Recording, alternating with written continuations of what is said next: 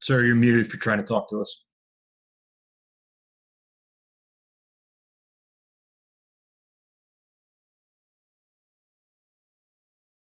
Yeah, okay. Yeah, thanks for that. I'm just trying to make sure we all got into the main room. And you are, as far as I can tell. Okay, so hopefully that's good. Yeah, one gotcha with the waiting rooms is if someone comes in late and the instructor doesn't notice, well, you can just sit in the waiting room indefinitely. So you can point that out to me as well. If you happen to see something or you know someone's in the waiting room, just let me know. Okay, so so what we're trying to do is we're trying to get onto our weekly cycle here. It's the beginning of week 2. Tomorrow is the first due date for a lab. I'll be wanting to see, I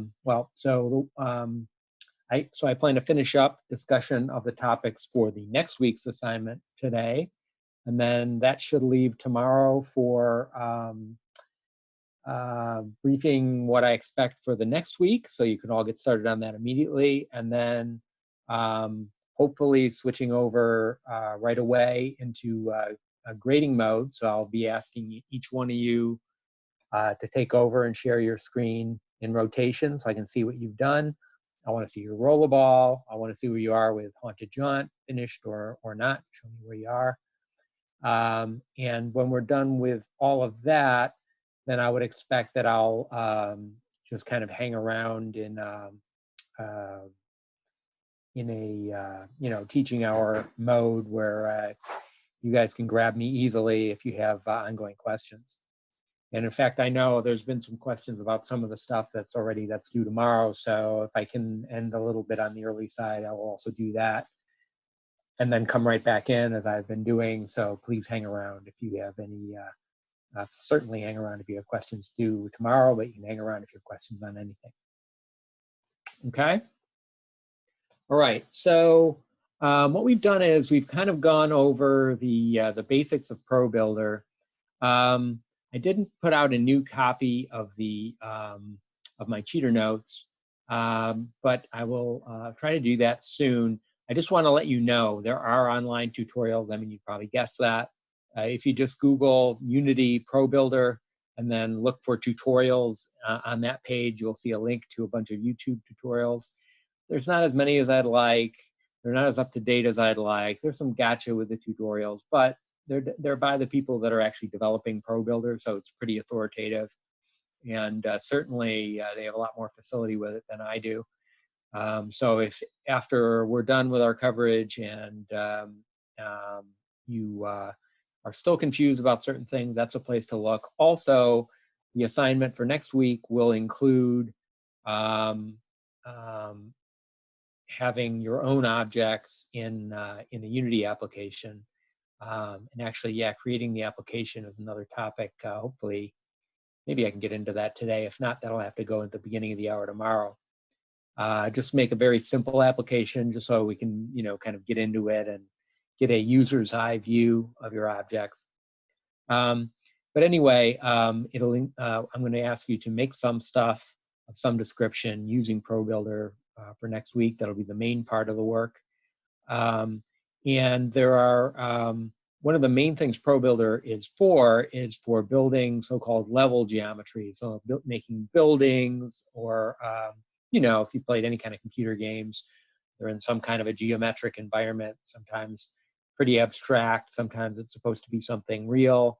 That stuff all has to be created somehow, and ProBuilder is supposed to be a tool for professional teams to use to prototype their geometry, meaning they probably won't use any of that for the final geometry, but they'll just kind of lay it out in ProBuilder to get going. And then also certainly some people building simpler products are actually using ProBuilder to do the final product creation. So we'll see where we get to.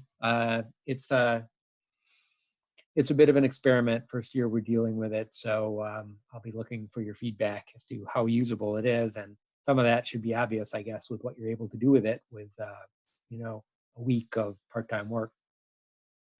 Okay, so the main thing that we have not done that I need to do is to talk about UV mapping and this whole issue of actually applying materials to an object.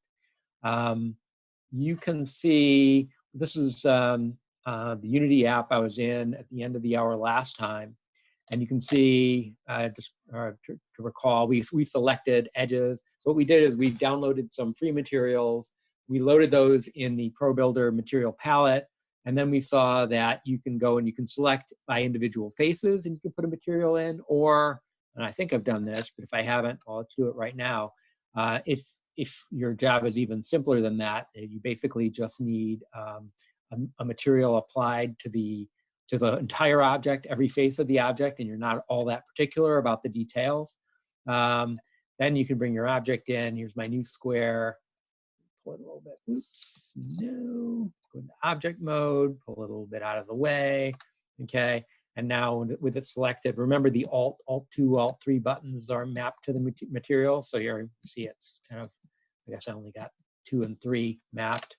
So there you go. There I've got a material, you know, uniformly applied over an object. So for the crudest possible thing, that fills the bill. But I don't think that's by any means good enough for what you guys might need to do, what I've seen other students need to do for project work, for thesis work. So we have to do more than that. So let's think a little bit about what's going on here. I mean, the whole issue of basically a texture is flat and everything you build in ProBuilder will not be flat. I mean, you know, a cube is like, you know, it's 8 flat sides, so it's about as close to flat as you're going to get, but it's not flat. So in order to get a texture, a flat thing applied to our 3D object, you have to somehow tell Unity how that object is supposed to be flattened out. Okay. Now, when you do what I just did, you dump the material in, you see it's smart enough to go and do a rough job on its own. But a lot of times, what it will do is not good enough, and then you're going to have to go and help ProBuilder out. Okay. And so that's really what I want to talk about today is those the tools for doing that. Okay. So let me just let's see.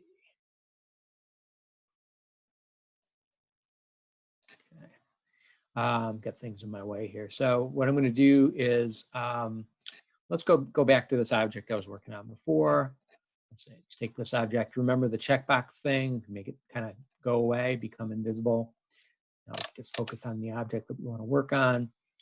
Okay, so the main window that you use to deal with the flattening of the object is the UV editor. So I don't know if you got to this in graphics or not, but the UV editor, the idea is that the way you're going to say, let me, okay, I brought up the window, but it's kind of big and in the way. Let me pull it to the side. The way that you're going to say how that 2D texture gets applied to, let's just look at this one face that's in front of us.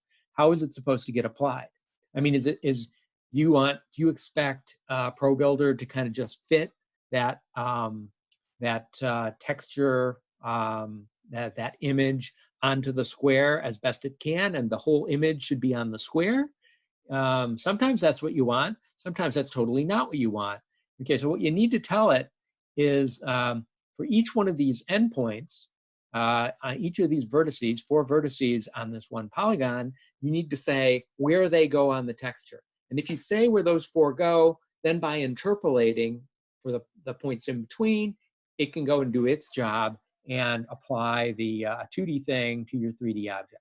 And you basically need to do that for every face, so every face, every vertex that participates in every face, per vertex, per face, you need to say where it goes on the texture, okay? And the terminology for this is over in here. So this is the UV editor, okay? So you see an image is 2-dimensional, right? Normally we use X and Y for the dimensions. Okay, well, for this particular purpose, we use U and V for the coordinates. And that's what UV editor is referring to, okay? And what you see here is all of this geometry with the thin white lines is the geometry of the faces of our object. And then this over here is the texture. Because it's put in tiling mode here, then what is actually used is not just one copy of the texture, but imagine it placed left to right, top to bottom, with multiple copies again and again and again and again, okay, to kind of just stretch out to infinity. That's the notional texture that we're using to map on. So like this thing over here, this is one face of our cube. If we go back over to the window over here, you see, okay, it's this face down here, okay? That face, you might think, it looks like it's not going to get any of the texture. Yeah, but because the texture repeats automatically, it is getting the texture, as you can hopefully clearly see looking at this thing. At least if I unhighlight it, you can clearly see that. Okay, so that's the idea. All right, now what do you do if the texture is not applied the way you want it? So if you're like, look at this thing, it's better to maybe work on this top face here. Look at this top face, and interestingly, I'm not seeing the texture come up there. That's a bit of a surprise. But anyway, I'm gonna first do the deal with what they call auto UVs in ProBuilder. So big picture, there's actually two different modes that are provided in ProBuilder. There's auto UVs and manual UVs. The idea is that manual gives you more power, but it's a little more complex to deal with.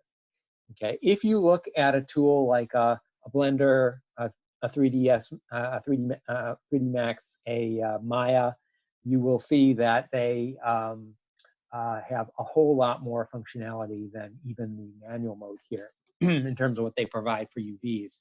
It's actually quite a fraught issue in terms of how to make this as easy as possible for the widest variety of situations. It's not at all trivial.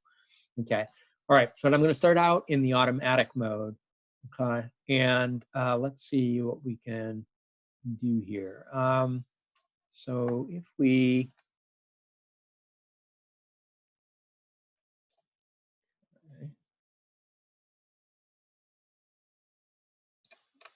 yeah, it's moving my face around there. That's not what I expected. Let me undo that. All right, let's see. Okay, now I think you've got to click this window over here. Yeah, so it's I think it's this this thing is what's going on. So if you want to do the easiest possible thing, then this button that you see me highlighting in the UV editor, lock the scene view handle tools, I think that's your friend. I think if you do that, so normally when I go in here and grab this, right, to move, what I'm asking to do is to move the face, and you can see the cube getting distorted as I do it, right? That's what I just did by accident. I think what I wanted is if I click this, so now you see the third handle for movement has gone away. So now they're reinterpreting it to move the texture as I slide this thing. Now maybe you can see the face is not moving. What's moving is just the texture on the face. So if this thing were not lined up right, and actually,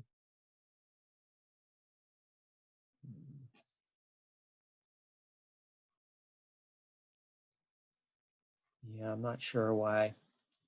I think I've not learned quite enough about ProBuilder. So I'm getting very annoyed by the, okay, so let's take a look at this, okay? So you see how the texture is mapped. Okay, you can see maybe that, look at this edge over here. Let's say it was important to me where my mouse is. Oh, actually, I forgot my mouse software, so fire that up. Okay, let's say it was important to me to line this up so it looks like there's a full board. Maybe you can see there's not a full board there for that first board, okay? So what I could do is I can go in here, I can grab it, and then I can slide it over. Now the highlighting is definitely getting in my way, and I know there's a way to turn it off, but I'm not remembering it at the moment, okay? And so you can see that I could line this up and hopefully do a better job, okay? Maybe something like that.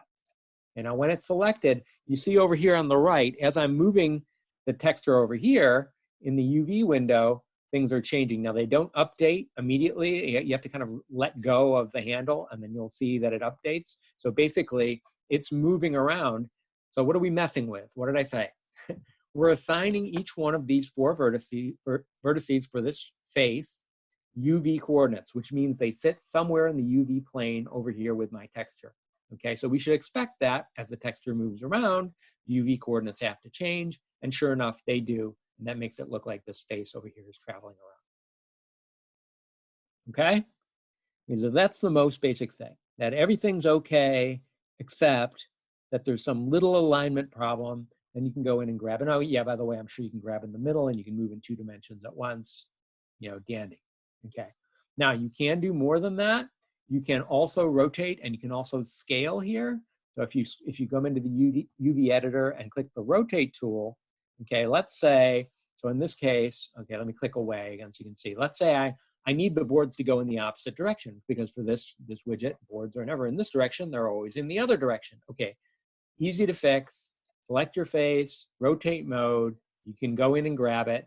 You can rotate it around however you want. If you hold Control, it will kind of lock on, you know, it will do the normal thing in Unity when you rotate and hold Control, that it will kind of lock on even, except I should have held Control from the get-go, I guess. It's not locking where I wanted it. It was locking in a chunky manner, but not what I expected. So let me see if this is better. So open, all right, so there we go. Okay, so there we go. So I basically, thanks to the Control key, holding that down, I got a perfect 90-degree rotation, right? And then after that, I might want to slide it around some more. Again, let's say fix the same problem on the bottom edge. Okay, all right, now the next thing is, you might notice that, okay, when I'm fixing and making the bottom edge just perfectly aligned with the board, the top edge is no longer perfectly aligned with the board. It's almost is, but let's say I'm really picky, and you know, graphical stuff is, if you're really trying to make it look good, that's one time in your life to be really picky. So you look at that and say, okay, that could be better. Okay, what can I do? Well, the other thing I could do is I could actually scale the texture. So if I go to the scale tool, okay, and then scale it in whatever, this dimension here maybe, scale it in a little bit, and then I probably need to go to the move tool again and slide it around a little bit. And then, well, I blew it because you see the bottom edge isn't right, but you get the idea. So I could basically solve that problem if I'm happy enough with a slightly thinner or a slightly wider board. Okay? So that, I think, is the basics of what I wanted to convey about the auto UVs. Move, scale, rotate, and screen. Oh, yes, okay, grouping faces, right. So that still, I guess, is part of the auto UVs. All right, so let's see, how do we show this? Okay, so I'm gonna need a slightly more complicated object. Let me start. Let's start again. I'll hide this guy and start another one because I think that's clearer. Okay, you go away. Let's go to ProBuilder, give me another box. Okay, let's give it a material. Alt2, Alt3, where's the, actually, let me look at my material palette. I actually I'm fond of the boards. I think they make it a little clearer kind of stuff I want to talk about. Wood, is that it? Alt5, yeah, wood. That's my wood 004. So that's the one I'm using. All right, so that's good. All right, now let me take my box and actually what I really want is to, I need more vertices, I need more complexity to make this next point. So I'm gonna try to subdivide the box. Let me see, I'm in face mode. Okay, I have, note that select hidden is on here, so I can just do a selection box over the whole thing and grab all the faces. I'm not 100% sure that's necessary, but then we'll subdivide the object. Okay, there we go. I've subdivided the object.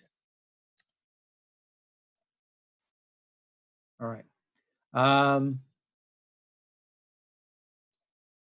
Good. Okay.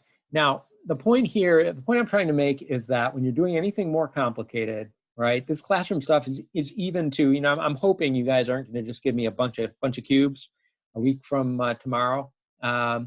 So I want to prepare you for what happens when you're doing more complicated stuff and there are more faces around.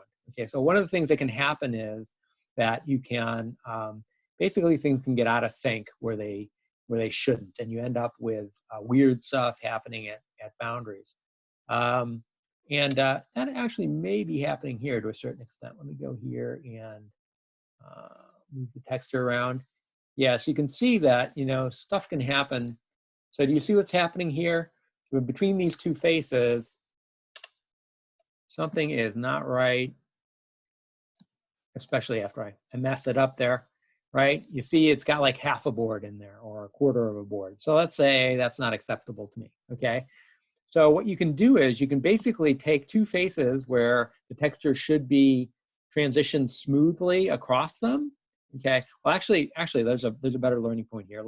Note on the UV editor over here where each of these faces are, right? So this face is here. Let me just see where the next one is. Actually, it's pretty darn close. Actually, let me then, if I can move it out of the way here. No, I'm gonna move it the other way. All right, but it doesn't necessarily have to be. So here's one face here, here's a face here. You see their UVs are completely disconnected from one another, and let's say that's not okay. It's making an artifact. Here you go. Now I have the impression of a really wide board, probably with an ugly seam in the middle of it, maybe. Actually, it's really not too bad as far as the seam goes, but definitely the boards don't look right there. Right, how can I fix that? Okay, so what you can do is you can take the faces that are supposed to be smoothly transitioned across, and you can shift select so you get the whole group of them together. And probably I should do all four of these, but I'm just going to start with these two. And then you come over to your UV editor and look for the group selected faces button. But once I click that, look what happened on the right. So it kind of moved the faces to join each other. Okay, and now you see that the texture is getting smoothly transitioned across the two faces. Furthermore, if I go in here and I move the texture on one of them, then remember this is what I did to kind of cause the problem to begin with. Look what happens now. When I try to mess up this one, it lets me mess it up. Golly, really shouldn't be doing that. Should be moving as a group. Okay, very surprised by that. Let's try again. Let's group these guys. Maybe I got to select both of them when I actually move it. I didn't think you had to, but let's try. Okay, all right, well, at least if you remember to select the entire group, then you can move it together. It's basically a time saver. By the time you get all done, you don't have to fix a bunch of stuff. It just looks right. Now, of course, you notice top to bottom, things definitely do not look right. So probably what I should do is I should grab all four of these and say group. Okay, and then get out, and you'll see that despite the fact that it's four distinct faces, they're now going to behave as one. Oh yeah, provided whenever I move the texture, I remember to select all the faces. At least I can say that much. Okay. Oh, and the same deal should go for rotating, right? So if I go in here, which that is a conceptually more complicated thing. If I rotate, look at that, it's nice and consistent. Okay, and look what happened over here on the right side. Okay. All right. Are there questions about the simplest form of the UVs already, the manual UVs? Sir, Yeah. once you subdivide the faces, will the UV editor then allow you to do multiple textures by the individual side faces after you subdivide? Yeah, it surely will. I can grab one of these. Now the fact that this would actually be a good experiment because they're grouped. So it may not allow it this time. Let's just see. Grab this. Let me go to my materials. Well, actually, I can just do Alt 2 is a different texture. Nope. See, because they're grouped. Okay, so let me undo that. Instead of that, I will say break selected groups. Let's see if it'll break it out. Okay, and now maybe Alt 2. Nope. Oh, it did the whole cube. Yeah. Oh, did it? Oh, that's kind of weird. Let me grab all these guys and say break selected groups. Yeah, I never actually broke a group, but I think I broke it successfully now. I'm going to grab this guy, Alt 2. Why is it doing that? You know, I was able to do it by dragging the material straight to that quadrant that I wanted. Yeah, I don't know. It normally works. I swear, I'm not making this up. Yeah, it's just not behaving well for me. Okay, yeah, let's see. Were you dragging it from the I selected editor? quadrant first, and then I dragged it from the projects folder. Oh yeah. Mm. But you have to select the piece first, otherwise it'll try to apply it to the entire cube. That is strange. Okay, maybe if I get out of the manual UV mode, maybe it'll behave better. So, you know, I think this stuff is all fairly new. So maybe that's the issue. Let me get out of, I'm going to turn off this locking here. So I go back into a normal mode. That might already be the thing. Yeah, some of this is just going to take some experimentation. Okay, there you go. Yeah, so when I was in this mode where you're allowed to edit the UVs in the scene, that's what was blocking it. Now you see, no problem.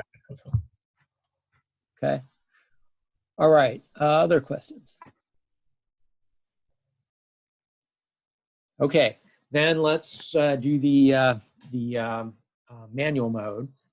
Okay, so let me see what learning points I want to hit here. Okay, all right, so yeah, there is a couple of things.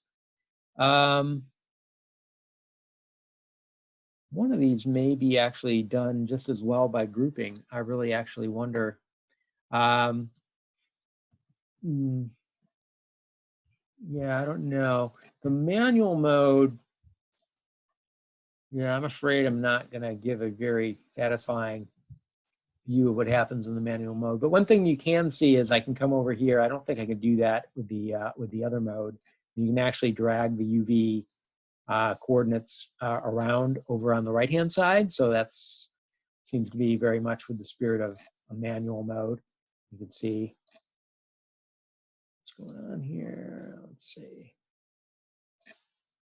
Yeah, I'm not sure why it's behaving like that though. Yeah, it seems to have, I'm not sure why it's dragging all of the faces that are on one side of the cube together. We'll expect, oh, because I didn't go into, actually this is still in auto mode. So apparently you can do this in auto mode, right? If I go into manual mode, let's just try it. Convert to manual. I'm not sure I really need manual mode for anything that I really wanted to go over today, but you know, it's on the list. So let's just give it a little shot. So I'm hoping I can grab, no, it's still like moving these together. Yeah, that's kind of odd. It kicked you back to auto. Oh, it did. Interesting. See, it's just the act of moving this. Oh, yeah, no, now see, now I can move, put things exactly where I want them. All right, which is a good thing. I wonder if, so one of the things I would expect, like definitely in a more complex tool, so I haven't done a lot of this, but you should have the ability to move each of the vertices over here independently.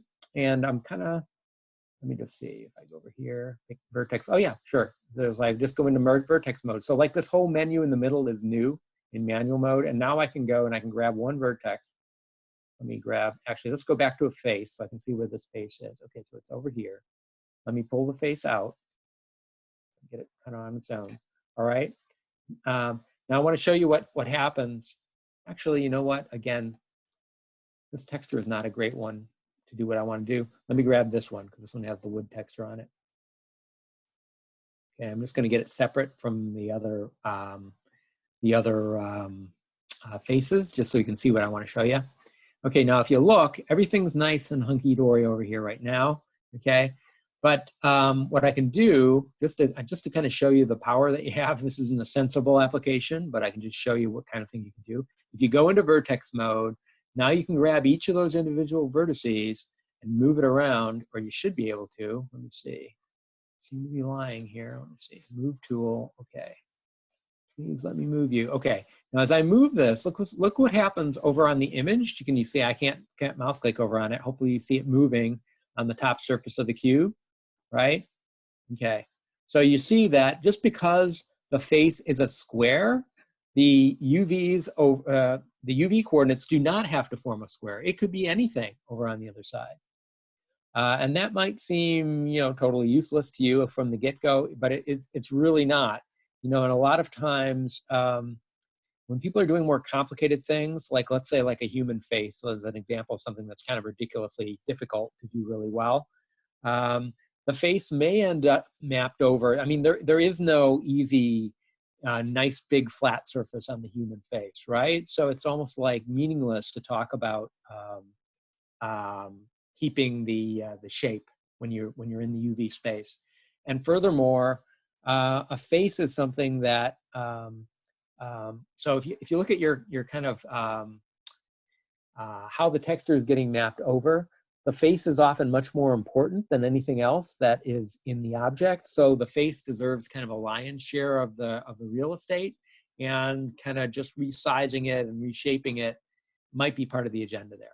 Okay, so I think that's all I want to say about that. We can't go into that in a serious way, but just to say that this isn't just a silly demo which has no purpose. Sometimes you're really going to want to do that.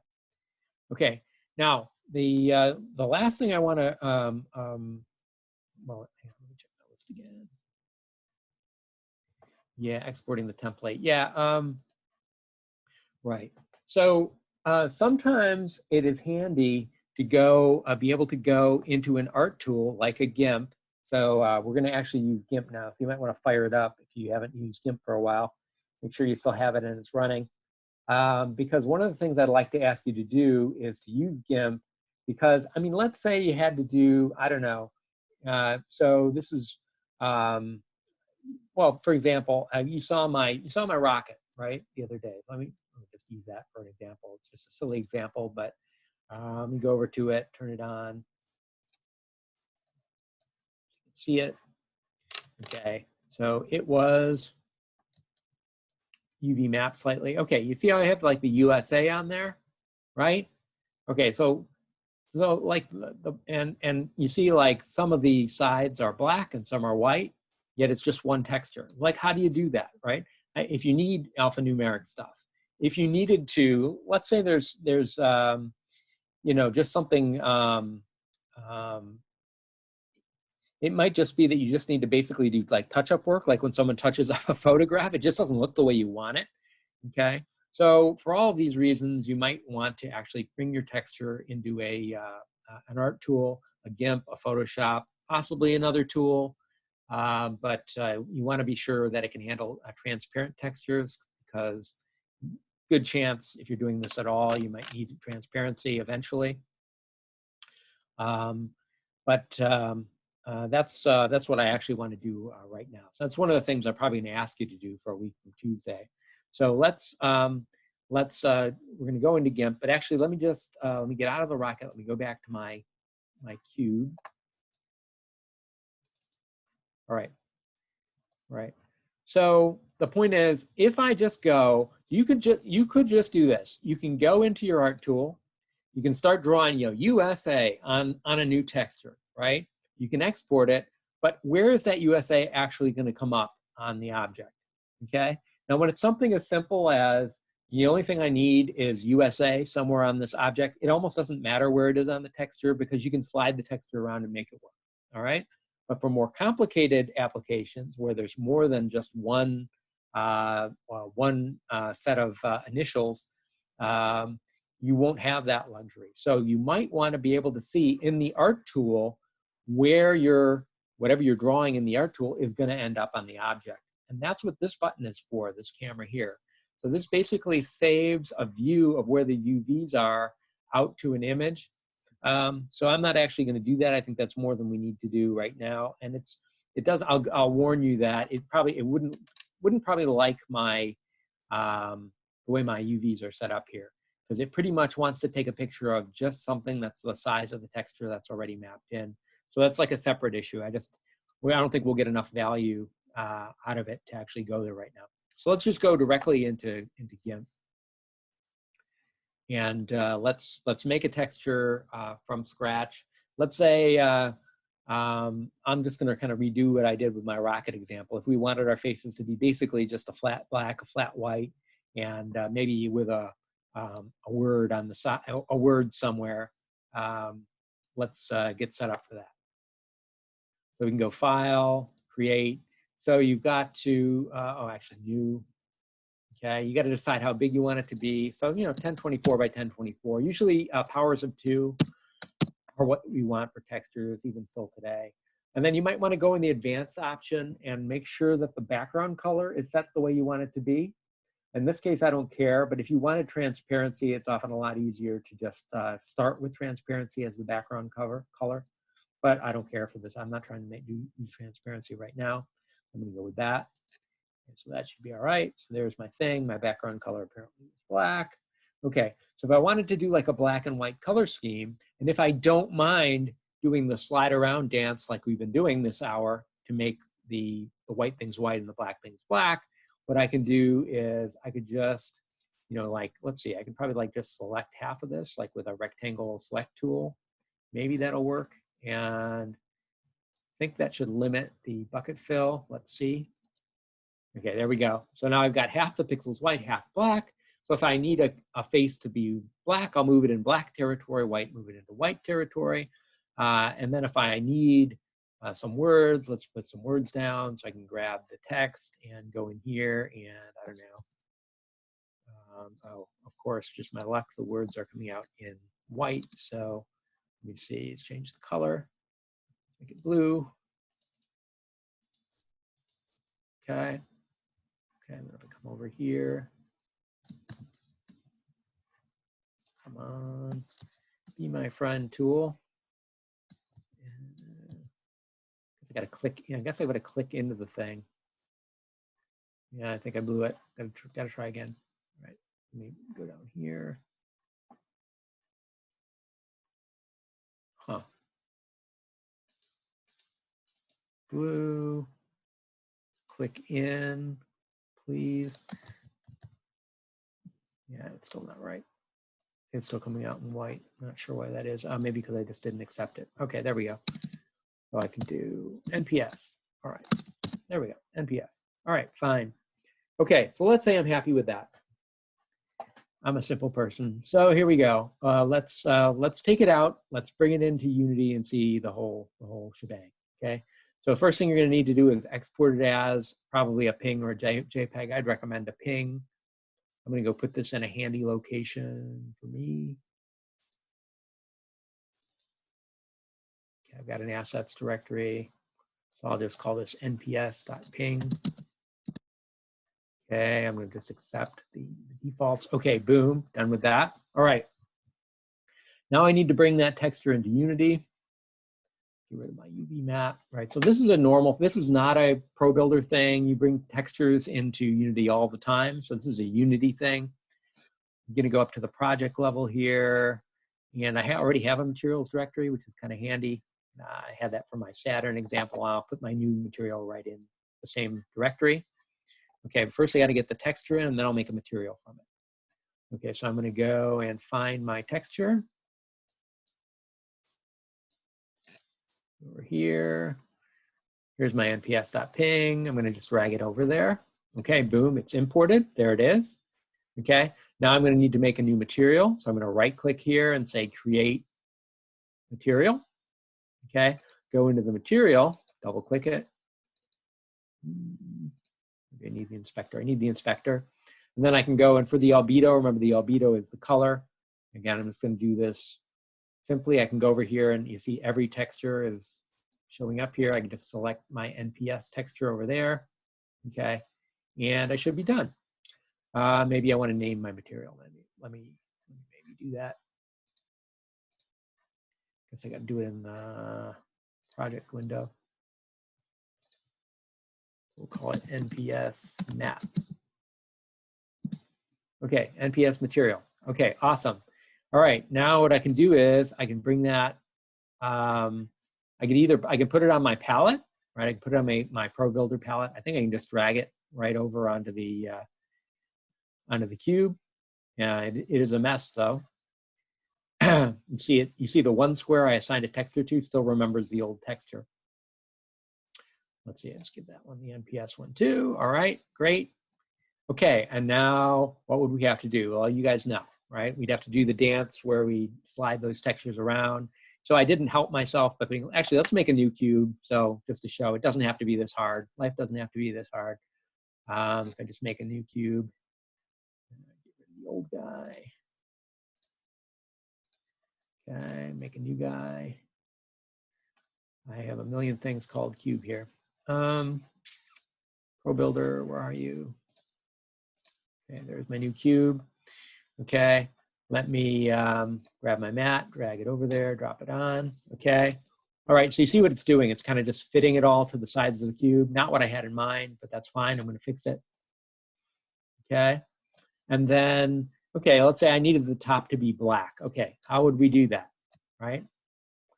I want my UV window editor up just because I might have to select options. I'm going to select the ability to edit in the scene. If it'll let me grab my top face first and say edit in the scene. Okay. Okay, I wanted it to be black, I said, so let me slide it over so it's kind of centered on the black. Let me then do scaling, basically scale up the black region, and the top is black, right? Let's say this face over here is supposed to be the NPS one. I want it to be white, but it should say NPS on it, okay? Again, I'm gonna need to do some scaling probably, and some moving around. Still not good enough. Scale some more. Move around some more. Yeah, I don't know if you get centered. There you go. Okay. Right, so you can see. So as long as you've got the right ingredients in your texture and you're not all that picky, you could slide them around. If you are really picky and you need to be able to see, if you want to be able to see while you're in the art tool, you know, where the edges of the polygons are, then you're going to have to do the job I didn't want to do. Learn how to use this mode here where you render the UVs out to a texture. You will load that texture into your art tool, and then you'll paint on top of that. But that's further than I want to go today. All right. Okay, so I think we've checked all the main boxes I wanted to check. Any questions?